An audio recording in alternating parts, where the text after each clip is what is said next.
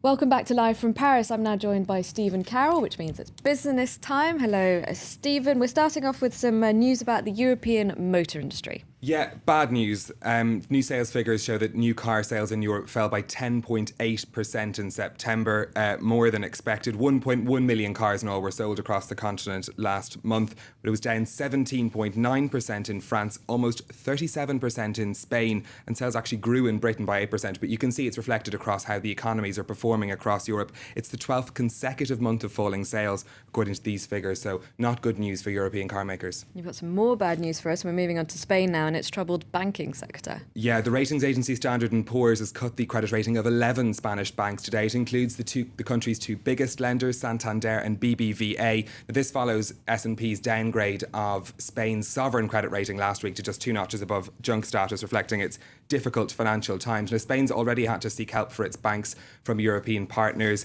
where some reports this morning suggested how that aid might come. According to the Financial Times newspaper, the country's decided that it's going to seek aid from the European Central Bank rather than the other European bailout fund, which was its other option. Now, we still no idea when or indeed if confirmation is going to happen, but we're told that when and if it does, it'll be the European Central Bank they'll be going to.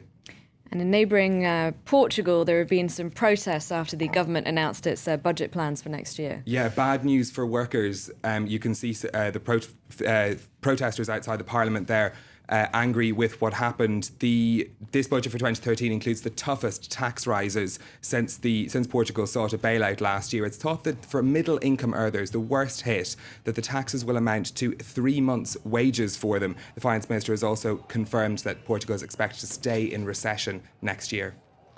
Now we're going to stick with austerity. The Greek Prime Minister says his country has seen the worst of the crisis, but there is more austerity on the way. Yeah, 13.5 billion euros worth to be precise. Antonis Samaras is trying to negotiate with his international lenders at the moment to decide how they can make those cuts so Greece can get its next tranche of bailout money. That's 31.5 billion euros, which Greece needs before the end of next month when it's due to run out of money. Now, Antonis Samaras was speaking to investors in Athens and he was trying to stay optimistic. He said that Greece had turned a corner and that it wouldn't be considered a modern tragedy in a year's time, he hoped.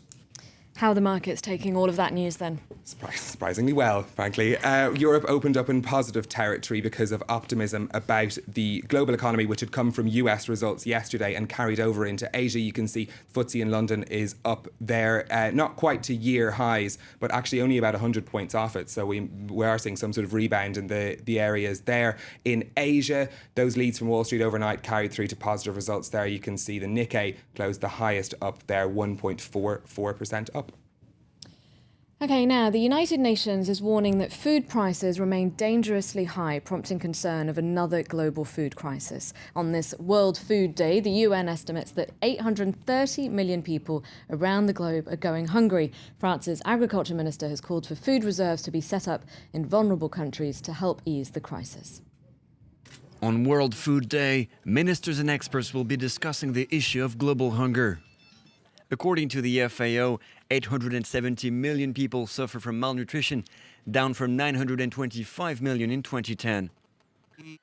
1 in 8 people around the world are still hungry. In a world of plenty that already has enough food to feed all. This is unacceptable. In the past 2 decades, the number of hungry people fell 30% in the Asia-Pacific region.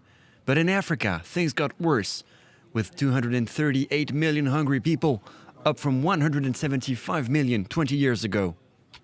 In sub-Saharan Africa, the numbers of hunger are increasing. A second important area is the Northeast, Near East and North Africa, mainly due to the conflicts in the region. We also saw the number of hungry people increasing in the area. At the FAO, country representatives will also be discussing food prices. In the past year, wheat went up 39% and corn 29% because of the drought in the US and Russia. A look now at some of the day's other business news in brief. The Swiss pharmaceutical giant Roche has announced better than expected results for the third quarter of this year. Profits rose by 15% in the 3 months to the end of September to just over €9.3 billion. Strong sales of their cancer treatment drugs led the company's gains as demand for other products fell. Internet giant Yahoo has poached a senior executive from rival Google. Enrique de Castro was one of Google's top advertising executives, but he'll follow new CEO Marissa Mayer in her move to Yahoo, where he'll become the Chief Operating Officer. De Castro is the first Google executive Mayer has hired to join her in her new job. And shares in the Japanese mobile phone company SoftBank have closed up 9.5% after details of its $20 billion takeover of US network Sprint were announced. The company's stocks had plummeted in value over concerns of how it would finance purchasing 70% of Sprint.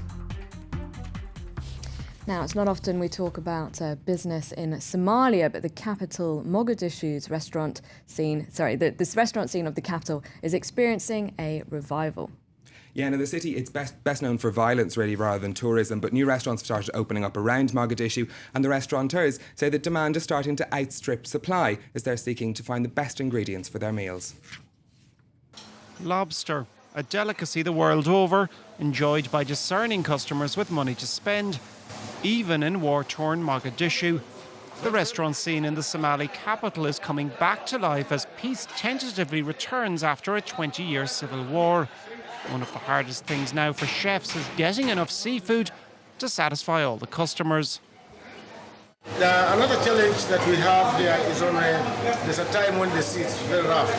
It's very hard to get the lobster, but when it is stable like this, we get lobster in plenty and the price is somehow good.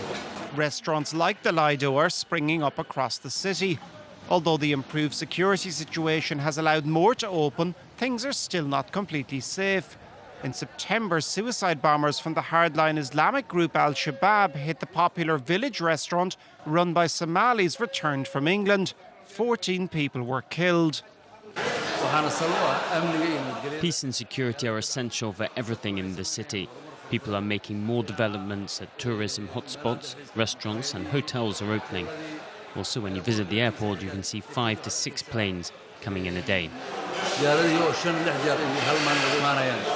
It'll be a long time before Mogadishu becomes a tourist destination, but with a burgeoning restaurant scene and glorious beaches, the potential is there. And the restaurant owners hope the city could be more famous for its crustaceans than for its conflict. And we're going to end, Stephen, with some celebrations at a French retail icon. Yeah, visitors to Paris might be familiar with the department store Galerie Lafayette. Well, it's celebrating 100 years in its currently building and the iconic dome on the top of its store in central Paris. The Coupole, as it's known, was part of the building in Boulevard Haussmann where the store moved to in 1912, which was 19 years after it opened on Rue Lafayette, which is where the name comes from. The store is marking the event with a special light exhibition by the artist Jan Kersale. I'll be sure to check it out. Thank you very much, Stephen, and thank you for watching France 24. Stay tuned for the latest headlines with Stuart Norval in just a couple of minutes.